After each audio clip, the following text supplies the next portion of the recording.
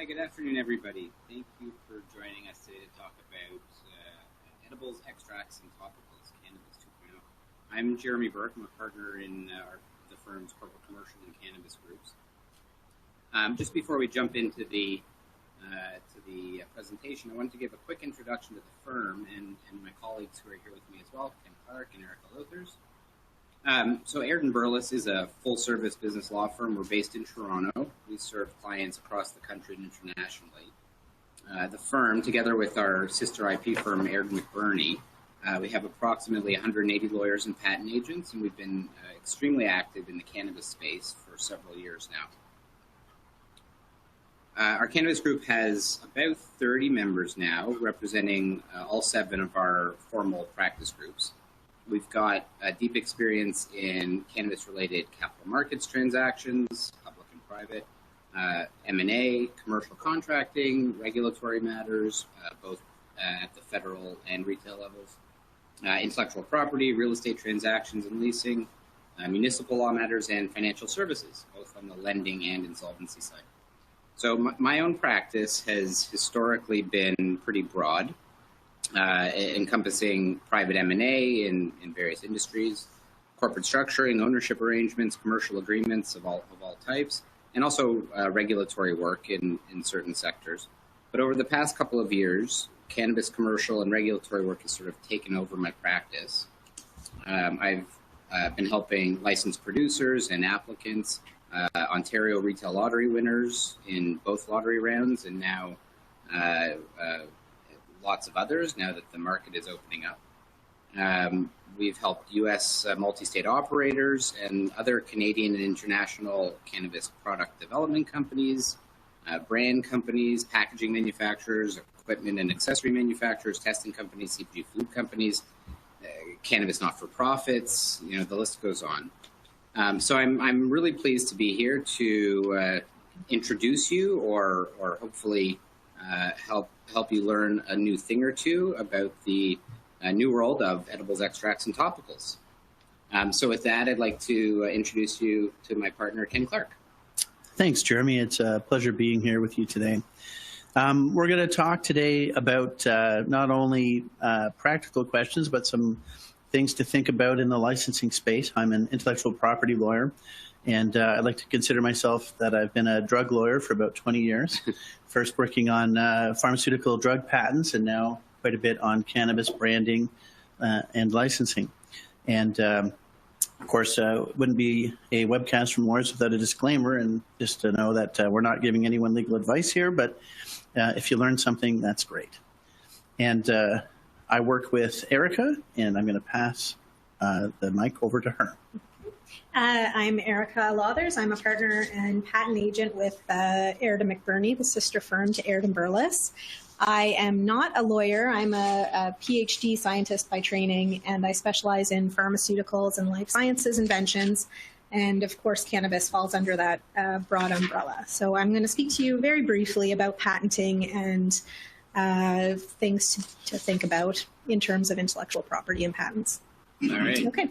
All right, so let's jump in. We're going to try to save a few minutes at the end for questions. We've received a couple of dozen so far, and I think you can ask additional questions on your screen if you'd like to. So that's the table of contents.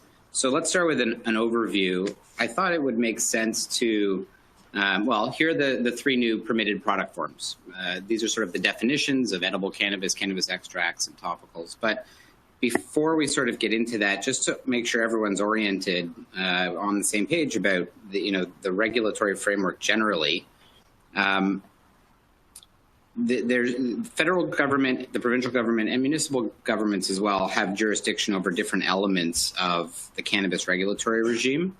Federal jurisdiction is under the Cannabis Act and and its regulations license the production of all cannabis and the sale of medical cannabis. The Cannabis Act specifies industry-wide regulations on quantities, potency, and ingredients in cannabis products. It regulates promotions and advertising, and packaging and labeling, and it provides for a registration and tracking system for cannabis from seed to sale. It also imposes criminal penalties for improper possession, distribution, or sale. And it governs the import and export of cannabis from the country. I realized that I'm on the wrong slide here. So here's the very brief regulatory overview slide that I wanted to be showing you. So that's federal jurisdiction. Provincial jurisdiction, the provinces, in the Federal Cannabis Act, the provinces have been delegated the authority to regulate the distribution of recreational cannabis. Not medical cannabis. Medical cannabis is sold directly from federal licensed producers to persons holding appropriate medical documents. But the provinces regulate the wholesale and retail distribution of recreational cannabis, and they govern various ancillary issues, including transportation, places of consumption under the Smoke-Free Ontario Act, for example, and various other areas of provincial jurisdiction, such as workplace safety. All sorts of areas have their implications for cannabis in all sorts of areas of law and life. Provinces have also taken up discretion to change the minimum consumption ages. Certain provinces have changed the minimum consumption age that are set out in the federal statute, which is 18. And some provinces have also set more restrictive limits for possession and home cultivation amounts. The provincial statutes also impose criminal penalties, which sort of reflect penalties for the same types of improper possession, distribution, et cetera, as the federal statute. So there's pretty good alignment. I'm sure we're going to be seeing jurisdictional challenges at some point in the future, but nothing coming down the pipe that I know of. Municipal jurisdiction is very limited. It's primarily relating to zoning and building code matters. In the retail space in particular, in Ontario, the municipalities have very little power as long as a premises is zoned for retail. They have to permit a cannabis retail store, assuming all of the other AGCO requirements have been satisfied, and appropriate building permits are issued. So that's a brief overviews of the jurisdiction. So jumping back, so edible cannabis. Edible cannabis is literally defined as products that are intended to be consumed in the same manner as food or drink. Extracts are, as you'd suspect, produced using extraction processing methods. They can also be produced by synthesizing, so synthetic cannabinoids. And some of the common ones are listed there: hash, rosin, shatter wax, and cannabis oil, now used for vape products. So just to be clear, one cannabis extract, cannabis oil, was legal from October 2018. It's just a broader category now that's legal as of October 2019. Cannabis topicals are intended to be used on external body surfaces, patches, lubricants, sprays, and lotions. And we'll talk more in detail about that. And I think we'll jump into edibles right now. So this is maybe getting a bit dry and technical, but I wanted to sort of run through quickly. Ken sort of just laughed because I think he was agreeing. But so the amendments to the cannabis regulations that came into force on October 17, 2019, added a whole bunch of new rules so that there would be a full regulatory regime in place for these new product forms. So for edibles, the composition and concentration rules that came into force require that edible products be shelf stable and don't require refrigeration or freezing. But I would point out that nothing prohibits edibles from being sold in chilled or frozen form. So an edible freezy, for example, would work. Edibles can have naturally occurring caffeine, such as exists in chocolate, tea, etc., up to 30 milligrams per container, but they can't have any added caffeine. Alcohol as a byproduct of fermentation is permitted. There's a maximum of 0.5% by weight. Dried animals only refers to the fact that you might see cannabis jerky, but you're not going to see cannabis steak anywhere. So we're not talking about frogs or anything like Well, you can't. Frog jerky? Sure. I haven't tried it myself, but you never know. So additives are an important one. With very limited exceptions, edibles cannot contain added vitamins, minerals, amino acids, spices, seasonings, flavoring preparations, essential oils, natural extractives, or certain other types of additives. Food additives that are permitted are those that are permitted in accordance with the prescriptions for food additives in the Food and Drug Regulations. So concentrations, THC is capped at 10 milligrams per package. CBD is not capped at all. If the product is what's defined as a cannabis concentrate, which means more than 3% THC by weight, then the package itself can't weigh more than 7.5 grams. Variability. So variability just quickly refers to, it describes the minimum and maximum amount of THC or CBD that a cannabis product can contain in relation to the stated amount on the package. So for edible cannabis, the regulations permit a variability limit of 15% if the total quantity of THC or CBD exceeds 5 milligrams, and there's a higher variability limit, in other words, a less strict variability limit as the proportion of THC or CBD goes down, up to 25% if the THC or CBD is less than 2 milligrams. Ken has a question. Question for you, Jeremy. How does these new cannabis rules interact with the Food and Drug Regulations? Do you have to obey both or just these ones? Well, so there are certain, first of all, don't ask me any more questions, but but that's a good one. The Cannabis Act is intended to sort of be all you need to know for food and drug, for production of edibles. But at various points in the Cannabis Act, in the Cannabis Regulations, there are references to other statutes that relate to food, including food additives in the Food and Drug Regulations. And we'll talk a little bit later, the Safe Food for Canadians Regulations is also referenced in a couple of spots. So it does stand alone, but it incorporates, it incorporates other legislation by reference. So you should be aware of all those other food and drug safety regulations as well if you're entering into this business. Absolutely. Or someone in your outfit should be. That's right. So moving on to production and packaging.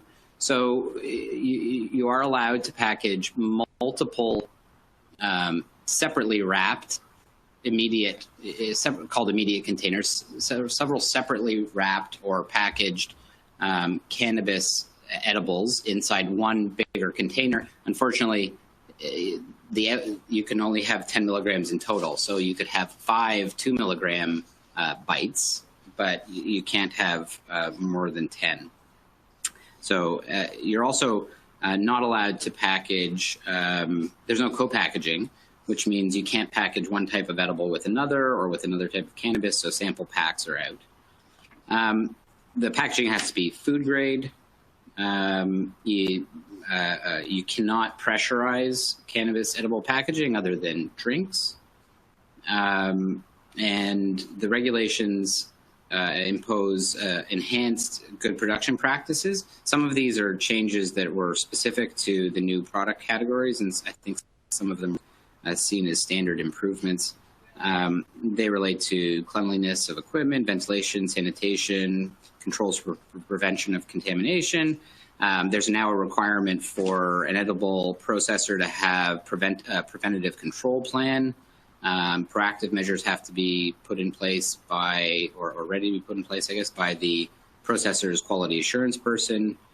Measures for prevention of pests and animals, et cetera, et cetera. So some of those apply not just for edibles, but for all of the new product forms, for all cannabis products. If edibles or other cannabis products are on the same site as a conventional food production, you have to have those in separate buildings in order to avoid cross-contamination, and is the rationale given by the government.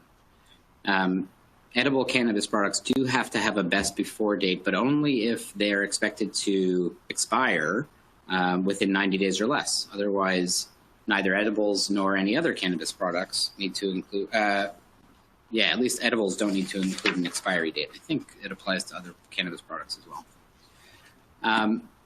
On to extracts.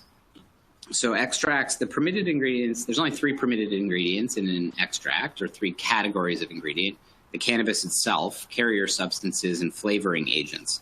So carrier substances, some of you will know better than me, are essentially the oil itself, such as MCT oil, medium chain triglyceride. And that's an oil that can be derived from various natural oils. I understand it's often coconut oil.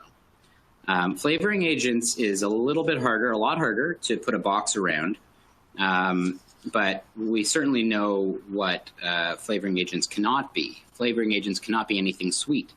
So no sugars, no sweeteners, no sweetening agents, and they can't be any of the prohibited ingredients. So that's any ingredients, excuse me, any ingredients listed in the applicable schedule to the Tobacco and Vaping Products Act.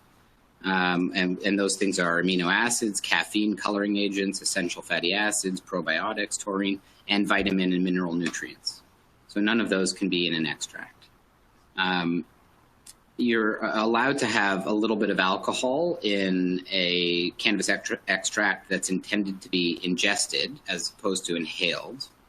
But even for ingested, if there is alcohol, there's a maximum package size of 7.5 grams. Regardless of the actual amount of THC or CBD content. Ken, you know I was just kidding about the no questions, so if you, okay, good. I'm aware, don't worry. Ken and I have known each other for a long time. So. Extracts also have to comply with FDA, Food and Drug Act standards, if it's intended to be inhaled. The Food and Drugs Act provides a standard for inhaled products, basically. Concentration for cannabis extracts, limited to 10 milligrams, again, per discrete unit, like a capsule, and 1,000 milligrams of THC per package. But you'll see on this next slide here that there's a condition there on 1,000 milligram package, obviously. Variability, which is there's a fixed variable limit of 15% for extracts.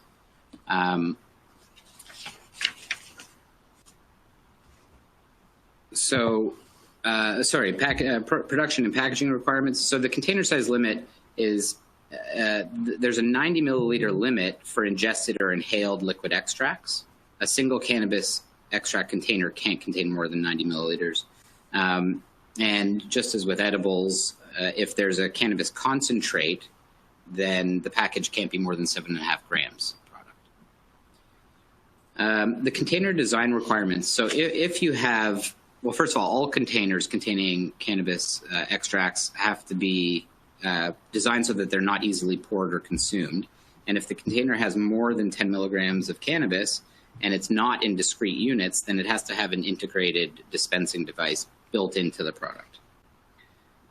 No expiry date required for extracts. And I think we mentioned before, no co-packaging of different cannabis types. Okay, so topicals. Topicals, the basic rules are no dangerous applications. So that's things that would create their own risk to health, such as needles. Topicals are really intended only for use on hair, skin, and nails. Dangerous ingredients. So Health Canada maintains something called the Cosmetic Ingredient Hot List, which identifies ingredients that are deemed to pose a health risk, can't be included in cosmetics. No added nicotine or alcohol. Concentration and variability are essentially the same as with extracts, 1,000 milligrams maximum per package and 15% variability. Ken? So despite your prohibition on questions, my question for you is, you said here for topicals, no nicotine or alcohol. Does that mean we can put nicotine in edibles or the extracts? I would have to look back. I think there's a little bit of caffeine. There's natural caffeine allowed in there. You can't have nicotine in anything, I think. That's probably right. I'd have to check, though. And caffeine, yes, natural caffeine in edibles only. So if you wrapped your edible in a tobacco leaf, that's right out. So no, that's good. That'll be actually. There's a provision that excerpted near the end, which will probably bore any non-lawyer on the call. I apologize in advance. That sort of gets at that. It's pretty funny about altering the effect. Let's wait till we get there. The suspense can build. The promotion rules. So, every cannabis industry participant's favorite rules in the Cannabis Act are the promotion rules, which are already extremely restrictive. Ken's going to talk more about those in the next section, I think. But the regulation amendments create some new rules, ostensibly relating only to the new product forms. So the first is that you're not allowed to create the impression of, and by you, that refers to a person who's licensed to produce cannabis, because no one else is allowed to promote cannabis under the wording of Section 17 of the Act. So the new rule is can't create the impression of health or cosmetic benefits. You can't promote nutrition features or target edibles to those with particular dietary requirements. So the create an impression standard is probably intention fuzzy. The obvious goal, the legislature's obvious goal being to prevent even any hint that cannabis products might have a health or cosmetic benefit. Currently, therapeutic claims can only be made by holders of a cannabis drug license, which is essentially equivalent to, not equivalent, it's paired with a drug establishment license, and it holds the holder to the similar standards as makers of prescription drugs are held to now. So only cannabis drug license holders, only cannabis drugs can make therapeutic claims, and it's only after they've obtained Health Canada approval for those claims. And just quickly, therapeutic claims is very broad. That's not the defined term. That's just a term I'm using to paraphrase. But to further paraphrase, the applicable definition captures any product that is manufactured, distributed, or represented for use in preventing, mitigating, or treating an illness or disease, or anything that is manufactured, distributed, or represented for use in that proposes to modify an organic function in the human body. So it's really anything that relates to the body. We'll get into this in these very strong restrictions when we talk about branding and licensing, branding, and things to watch out for. Health Canada is currently conducting a consultation that may lead to the development of a new product class. Just quickly on the health products topic, called cannabis health products. These would be allowed. These are products that would be allowed to be marketed for use for minor ailments. But unlike cannabis drugs that require a doctor's prescription, these would be retailed through the current medical cannabis stream, so directly from LPs, or through provincial retailers. However, like prescription drugs and like natural health products that are regulated, they'd require pre-market review by Health Canada. So I'm not sure where that's at right now. Health Canada's consultation period ended in September. So you can't co-promote or associate cannabis with alcohol or tobacco. So you won't be seeing cannabis beer or cannabis wine or Molson cannabis. None of that's going to work.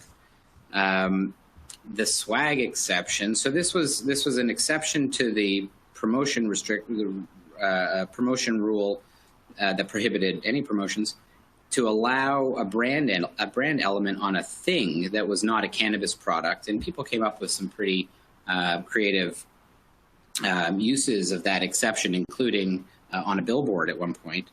But that exception has now been narrowed. The billboard option is out. The amended regulations require that it be only one brand element and that it be a maximum of 4 centimeters tall and 300 square centimeters. That's in Spinal Tap region. It's a hat logo. Yeah, like it's a logo on a hat. That's a T-shirt, viewed from very close. That's Stonehenge, I tell you. So they've expanded what associated with young persons means in terms of things that you can't do. to add certain public spaces, such as playgrounds, and anywhere that's visible from those places. So you can't do even permitted promotions in anywhere that's visible from one of those places. And the regulations have narrowed the exception, permitting promotion in places prohibited to minors, so that now the minors, the children, can't be able to see or hear the promotion in their space. Packaging and labeling changes. So the previous version of the regulations required that all containers be matte in finish. There's now an exception so that metal containers are allowed to be shiny, which is nice for them. They get to be themselves. Expansion panels for small containers. So these are, tripart folds or extended labels. Trifold panels, I should say, or extended labels. But tags and package inserts are still prohibited. And, the bad news is that these regulations have made really dozens of changes to the already very challenging packaging and labeling requirements. So our checklist that used to have, I think, depending on the product class, over 70 distinct requirements, now has over 80. So fun.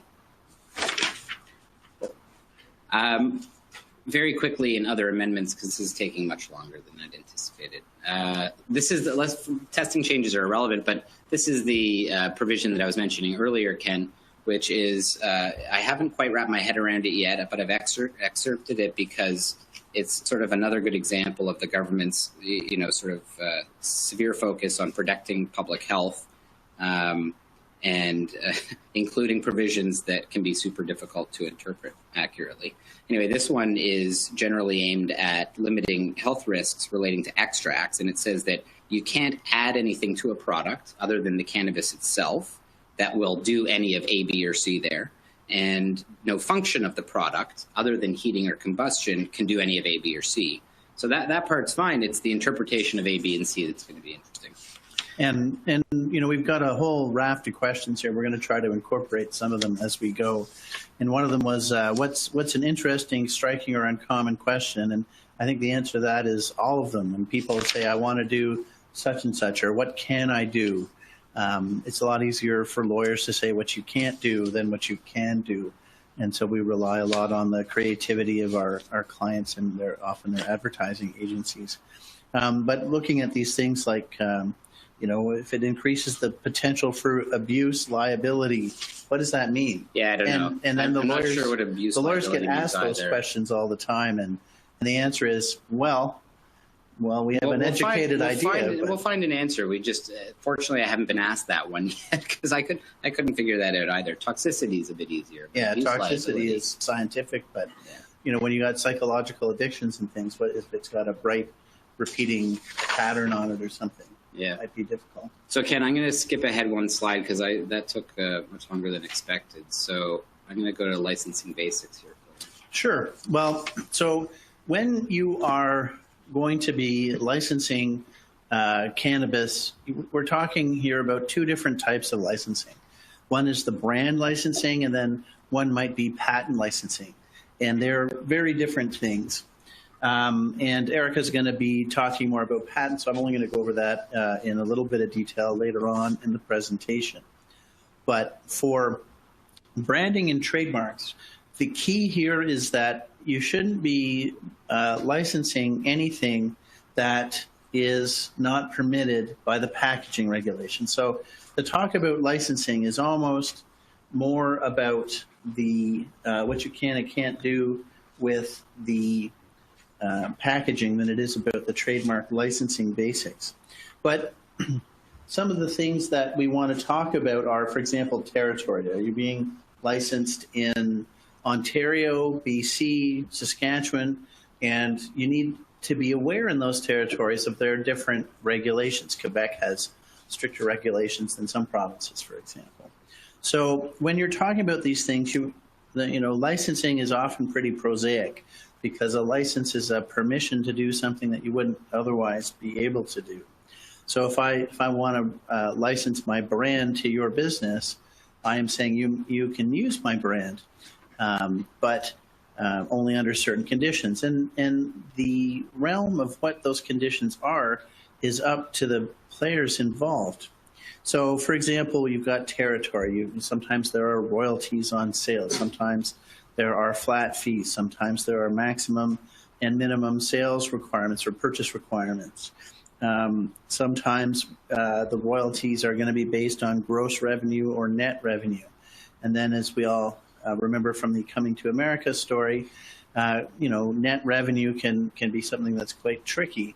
Do you want to talk about auditing provisions? A lot of that is pretty dull, but it is key to think about all these things. And for example, taxes, when you're doing this responsible for the HST or GST, what's the provincial differences in HST and GST in the different provinces?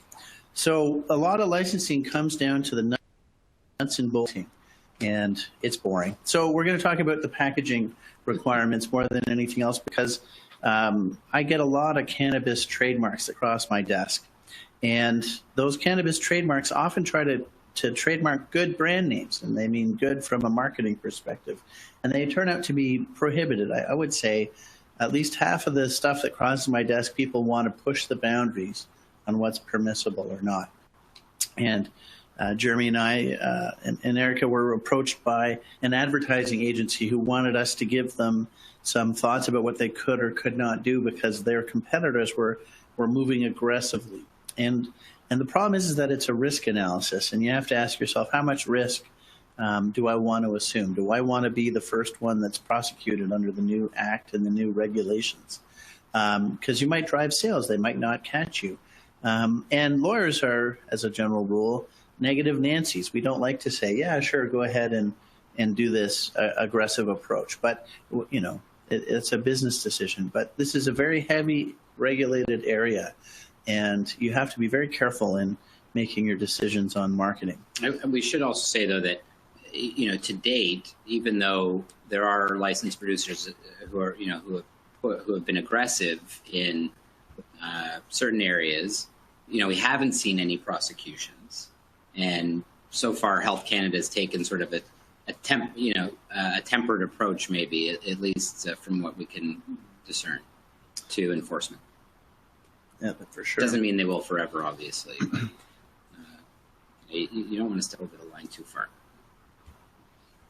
So, and you're right on point there, Jeremy. And the clever marketers will try to look at the regulations and figure out what is permissible to do, because in this area, brand recognition, reliability, quality are going to be things that people seek out.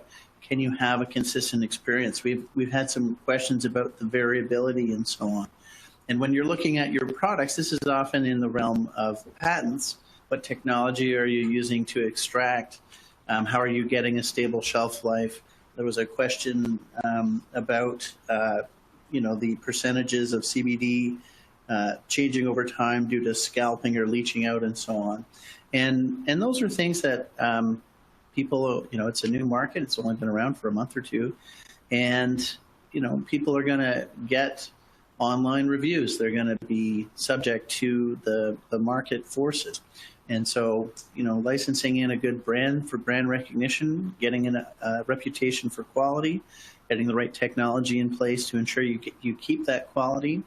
Those are all very important things. And then marketing that is, of course, the subject of what a lot of these brand licenses are for. So one of the things to avoid when you're looking at your brands are young persons. The Act, as Jeremy has mentioned, and as I want to reinforce, if you want to go to jail, market to young people. And don't do it, and don't even be clever about it. And I'll show you an example of what not to do going forward, maybe a couple examples of not going forward. And so the promotion and branding is heavily regulated, as Jeremy's gone to in some detail. And some things to watch out for are testimonials or endorsements. There's a lot of players in these spaces, and of course, in traditional marketing, getting an endorsement is a surefire way to get an audience at least interested in your product. But be careful, because there's a prohibition on that. Your logos, if you want to have a trademark, you want to license a trademark that's a logo, can't be a person, character, or animal, real or fictional. No Snoopies, no nothing, no frogs. And you have to be careful, because anything that evokes a positive or negative emotion, or anything that evokes the sense of glamour or recreation, excitement, vitality, risk, or daring, they're all prohibited. And what do those mean, and how do people interpret them? And of course, it's culturally different in different areas, and the slang. I'm old, so I don't even understand what half the words mean these days. The kids are face gramming their Insta books or something, and I don't even know what the words mean anymore. But you have to be careful about that, and you have to be in the know about what the slang words mean, because they might get through the trademarks office, and you might be able to have a trademark registration, but you might not be able to sell your product. So I put up on the screen a slide about what I think you actually can do. So if anyone asks me what you can do, I said you can do this, although I'm not so sure about the rounded corners. I think you might be going a little far on the rounded corners. And while I'm slightly joking, what actually people do for branding is not far off from what I just put on the screen. And what we have here is a photo from the Canadian press, which shows actual edibles in the Ontario market. And boy, look at that. Black packaging with all the warning labels and mandatory symbols that need to be included on the packaging. And so if you thought I was kidding about what you can and can't do, there's certain producers who have chosen the risk aversion approach. And then there's those who didn't. I would suggest to you that if you do anything like in this picture, you are going to be in big trouble. So don't license anything that looks like gummy bears or Sour Patch Kids or whatever. Now, the problem is, of course, that gummies are one of the most popular forms of edibles. Some of the statistics I was looking at say it's nearly half the market in some of the legalized jurisdictions is for gummies. They're easy to carry. There's lots of advantages to them. But, of course, they appeal to young people. And as we've said, that's something that's going to be very heavily regulated, and it's going to be the first thing that people look at. And of course, that is actually a real thing. That's people who are actually selling those in certain jurisdictions outside of Canada. That's an actual real product. Probably would be problematic in Canada. The other warning I have is that if you take a look at this, Treehouse is a logo for a well-known kids TV channel. And you think, haha, that's funny. Who would do that? Well, the people who own the trademark and the copyright for Treehouse sued a dispensary in the States for their Treehouse dispensary. And if you thought the gummy bears were bad, this is even worse. So when you are licensing a brand, I'll get into the nitty-gritty of trademark licenses now, so you can take a sip of coffee, go for a walk. But the thing about licensing a brand is that the licensor, the person who is giving the license to the recipient, has to have quality control over the goods or services, or else the trademark license becomes invalid. So technically, you must have direct or indirect control of the character or quality of the licensed goods or services. And so if it's a consulting business or if it's a service-based business, you have to at least keep some eye on what the services are that are being provided. And for a trademark license, you have to have some ability to monitor the quality of the products that are being produced. And of course, this runs into the LP regulations that state that an LP, who would be the one who'd be the licensee, the person licensing in the brand, is the only one who's licensed to produce. So how is someone who's going to be licensing a brand to an LP going to have the expertise, at least legal expertise, to determine the quality and so on? So you're going to need to have in your agreement at least some standards for quality control. I recommend you take a look at the variability and things like that and have some systems so that there's testing and some reasonable way to ensure that the products are meeting some of the minimum standards. If you don't do this, then you have a issue with the validity of your trademark. So Ken, is it not enough to require, obviously the licensed producer is going to need to comply with Health Canada standards. Is that not enough to prescribe in the agreement that they'll be doing that, or does the brand have to have some active role in there? They have to have direct or indirect control over what's happening. And so usually that would be indirect control because the LPs have to take main control. But you need to make sure that the LP is maintaining the Health Canada standards. You have to make sure that there are at least quality standards in your agreement. Once again, it's a bit of a gray area. Sometimes licenses have very hands-off quality control, but it's got to be in there in some form or another. So if you've decided to license a brand, some of the things we're talking about includes, and what I've said before, is territory and so on. Now, of course, you can't promote a price necessarily, although you can mention it as informational. But you have to be careful about what it is the conditions are for the license. Often in traditional trademark licensing, you'll have a minimum retail price. Well, because of the way that pricing is standardized in the various provinces, including in Ontario here through the Ontario Cannabis Store, it's very difficult to have a MRSP provision and things like that. So if you've got a good brand, you have limited ways to ensure that your brand is the one getting the market share. So it's a bit of a tricky road to handle there. Now, one of the other things here is that people want to get trademark registrations. And I always recommend, if you're going to have a consumer product like this, you need to get a registration for your trademark. But CIPO, the Canadian Intellectual Property Office, is remarkably slow in processing trademarks these days. They changed the laws last summer. With the cannabis explosion, there are thousands. I think last summer there was about 6,000 trademarks being processed through the system. So they've been slammed with extra demand. They've reduced some of the requirements for filing. So everybody and their brother or sister is applying for a trademark. And so CIPO is now backlogged like there's no tomorrow. And it takes about 3 years to get a trademark registered these days. And some of the things to think about when you're doing a trademark is how descriptive it is. I often tell marketers that a good marketing trademark is the antithesis of a good trademark under trademark law. And I always use the example of Raisin Bran. And we all know, of course, that Raisin Bran is a generic term, and there's 4 or 5 different Raisin Brans. And the Kellogg's one is now called 2 Scoops Raisin Bran because raisins and bran are part of what's in Raisin Bran, and you can't trademark something that describes what it is.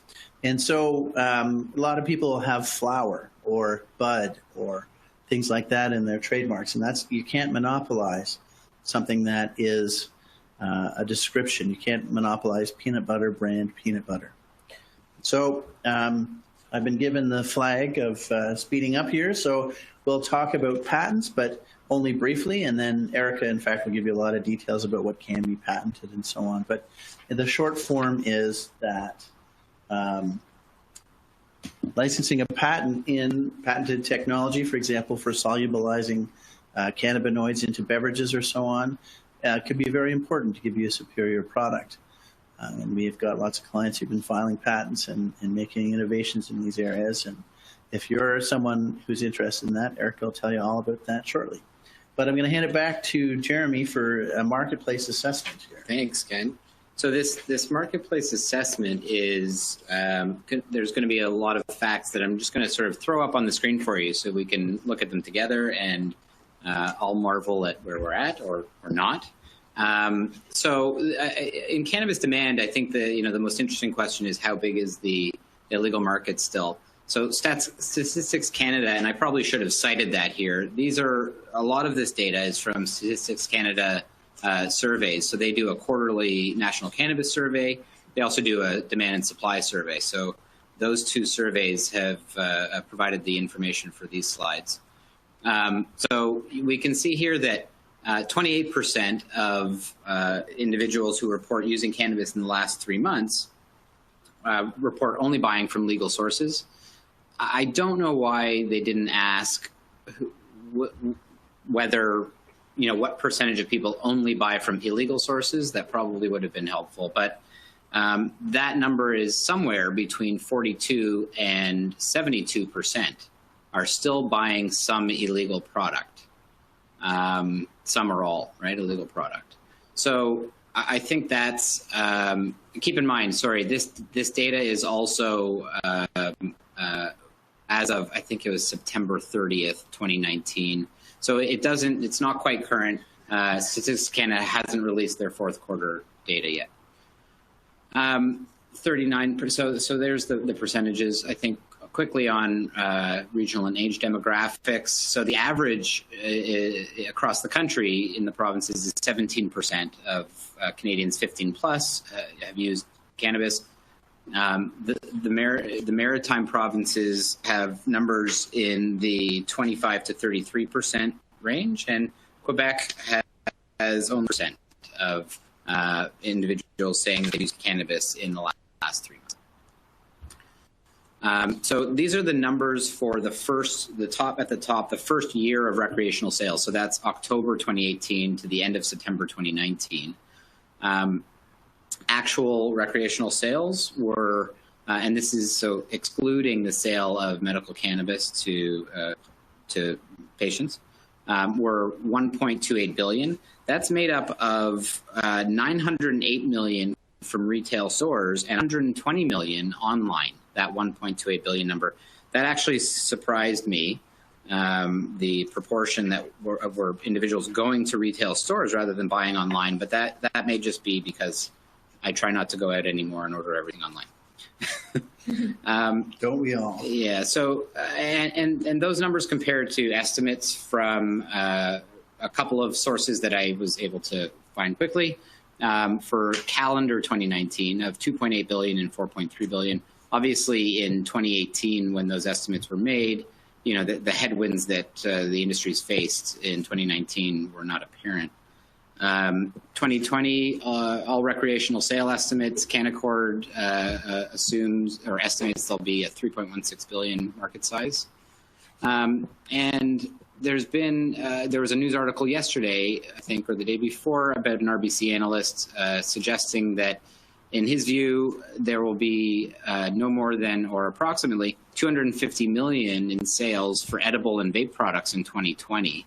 I think that's a very conservative estimate based on estimates for the year that were produced last year, such as Deloitte's report, which assumes that edibles and beverages alone will add up to 2.1 billion. Apparently, Deloitte's standing behind that estimate. Desjardins, a Desjardins analyst, has also assumed 100 to 300 million. And, the events of the past year have probably traumatized people. So, slow retail growth, vape health issues, supply issues, poor sales trends overall from last year, heavy reliance on the illegal market still. So this is an interesting slide, or I think it's interesting anyway. This is the number of licensed producers. These are not mutually exclusive numbers. So most licensed producers have more than one license. What I find interesting is that of the 203 licensed processors, and you have to have a processing license in order to produce 2.0 products, only 90 of those 203 actually have licenses that allow them to distribute anything other than plants and seeds into the recreational retail stream. 52 of those 90, so 90 can produce a dried flower, can distribute dried flower as well. And 52 of those can sell 2.0 products into the recreational retail stream. Of the 161 licensed producers that have a license for medical sale, 49 of them are authorized to distribute 2.0 products directly to medical patients. So there's a couple of slides here about supply, but we're running out of time. Supplies are going up, sales aren't going up fast enough. That's the message. but we'll be going up faster. Provincial distribution. These are the distribution models for cannabis across the country.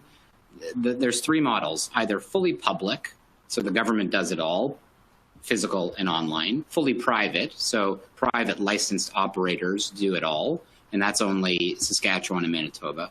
And there's also a hybrid model, which has been adopted by the biggest markets, including Alberta, BC, Ontario, which is the government sells online and private licensed retailers sell in physical retail stores. The interesting part here is the number of stores that's opened. It's a little bit hard to see in that middle column, but you can see that Alberta's way out ahead with over 400 stores. British Columbia is doing pretty well with 140, and I think there's another 60 in the pipe. And Ontario is still lagging pretty badly with 28 stores that are open, and another, they'll be up to 68 probably within the next couple of months as the second round lottery winners bring their stores online. Quickly on retail in Ontario, so the market's opened as of January 6th. Anyone's allowed to submit for a retail operator license application. And then on March 2nd, any of those individuals who either already have an operator license or have applied for one will be able to submit a retail store authorization application, which relates to the specific premises. The AGCO has received over 600 retail operator license applications since January 6th. A good number of those people will be submitting multiple RSAs, or at least, you know, the clients that we help are interested in opening multiple stores. So I think we can expect that there'll be over 1,000 retail store authorization applications in March. Yeah, we got to pass it. I got to move quickly through this. Ontario launched 2.0. We didn't have product until January 16th. Everything sold out quickly. The end. There's some products on now. OCS last night had one edible on, and lots of capsules, oils, vapes available. Some of the provinces have restricted what 2.0 products will be allowed for sale. 3 provinces have restricted vape products, and Quebec has also restricted infused sweets. Trends, definitely more M&A, definitely more insolvencies. There have been 5 insolvencies, and I understand there are more coming. And that's primarily at the federal level due to the tightening of capital. Money is not nearly as cheap as it was even 6 months ago, and it's been a problem. We talked about CHPs, cannabis health products. Cannabis tourism is an exciting area, and we sort of are waiting to see what that'll look like. But certainly, take that, Amsterdam. Yeah, well, yeah, and it's not just about, you know, there's some funny ones. Not just you know, there's cooking with cannabis lounges, cannabis retreats. There's some sort of lame ones, you know, like dispensary hopping tours, you know, tour the city high kind of retreats. But I'm sure there'll be lots of other interesting ones. And so quickly, these are treats, but we're just going to fly through these because it's important when you value your intellectual property. And Erica. Okay. So I'm just going to talk briefly about this. It's something that come from what we've just been talking about to some extent. So what is a patent? It's a 20-year monopoly to practice your invention. Now, you don't get that for free. You have to exchange that for a full description of what your invention is, and your invention has to be new and useful. So a new invention means that it has never been described before, the way that you are making and using it. And it also has to have that spark of ingenuity, so it has to be inventive. Usefulness is a pretty low bar. And for your full disclosure, you really have to describe your invention in enough detail that someone else can practice it as successfully as you have once your 20-year monopoly is over. So if you have something like a method of extraction that no one can figure out how you do it, it might be better kept as a trade secret. And then as long as you keep it a secret, you have it protected. If you're selling a product where it's obvious what your invention is once it's out in the public, then a 20-year monopoly would certainly be better than nothing. So the other thing to think about is enforcement of your monopoly. So a patent doesn't give you a right to do anything. What it does is it gives you a right to sue others. So if you find that someone is infringing on your patent rights, you have to send them a cease and desist letter, you have to sue them in courts, you have to take steps to enforce what your monopoly is. So cannabis-related inventions are patentable, just like any other type of invention. Cannabis is kind of cool because it's a product that's been around forever, but it's not been really researched. It's been really restricted. So we're seeing a flood of patents coming onto the market. So just like you could patent toothpaste, you can patent cannabis-infused toothpaste. Just like you can patent cottonseed oil, you could patent cannabis oil as long as it has something new and unique about it. There's extraction methods, drug delivery mechanisms, all kinds of different things. If you can think of it, you can probably patent it. Here are some examples. And these, you'll note if you actually look at the titles of these, they're probably directed to a lot of things that Jeremy said you're not actually allowed to make or sell in Canada right now. So sweeteners, cannabis sausage. Yeah, it's not a dried animal. So there's all kinds of different things out there. And what's interesting is just because you can't make or sell it doesn't necessarily mean you can't patent it. So you have 20 years. Maybe within 20 years, you'll be allowed to sell cannabis sausage. Or maybe in some countries in the world you can. So just because you can't make and sell it in Canada now doesn't mean it's not something worth pursuing. Is CN a reference to China? Yes, right. Which is why it's such a bad Google translation. Oh. I think the first claim said something about fiery, spicy intestines. Was how they described their cannabis sausage. Yes. Cannabis tripe. Yeah. Delicious. Yeah. So yeah, there's pet foods. There's a kit for baking cannabis so it doses it properly and keeps it fresh. All kinds of different things. But one other really important thing to keep in mind that a lot of people overlook is patents that might be owned by other people. So just because you've maybe come up with a really great idea to add cannabis to peanut butter, doesn't mean that you're necessarily free, assuming it was legal to make and sell, it doesn't mean that you'd be free of other people's patents. So, for example, this is a Smucker's patent that's directed to a specific peanut butter composition. So if you just buy or make a peanut butter similar to Smucker's that has this specific plant wax in there that they use, just adding cannabis to it doesn't mean you're free of their patent. You might still infringe everything that they're doing in their patent. So it's really important to think about what other patents might be out there when you're developing a product. And to be clear, this is for non-cannabis infused nut butters. The Smucker's one is for non-cannabis infused, but if you add cannabis to it, you'd still be infringing their patent. And then you also have to think about what other patents might exist for cannabis. So this is an example of a patent for a liquid cannabinoid formulation. So if you took this specific formulation and added it to peanut butter, you would still infringe this patent directed to the cannabinoid formulation. So just in general, when you're developing a new product, you need to think about patentability, freedom to operate. And freedom to operate is another way of saying free from infringing other people's patents. Because you want to know right from the get-go, is your product new and patentable, and does it infringe any existing patents?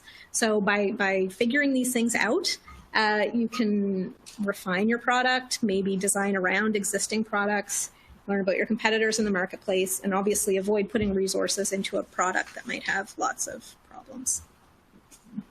And I think Thank you. Yeah. Well, we only have about 7 pages of questions here. And so I want to answer one in the 30 seconds we have left. And the question from Andrea is, are logos allowed on packaging? And the short answer is yes, but they can't be figures of people or animals, as we currently said. But that kind of restricts you on what you're doing, and Jeremy's going to add a Well, I was just going to say, yeah, you can have one brand element on packaging. So single brand element of specified size and everything else. So yes, but is the answer. So thank you, everybody, for participating. I think we're out of time. I apologize we didn't get a chance to get to questions. I talk too much, which those who know me would be surprised at. But if you want to follow up, please don't hesitate to reach out to any of Ken, Erica, or I afterwards, and we'd be happy to talk to you. Yep, happy to answer your questions. Thanks for coming, for tuning in and listening. Thank you.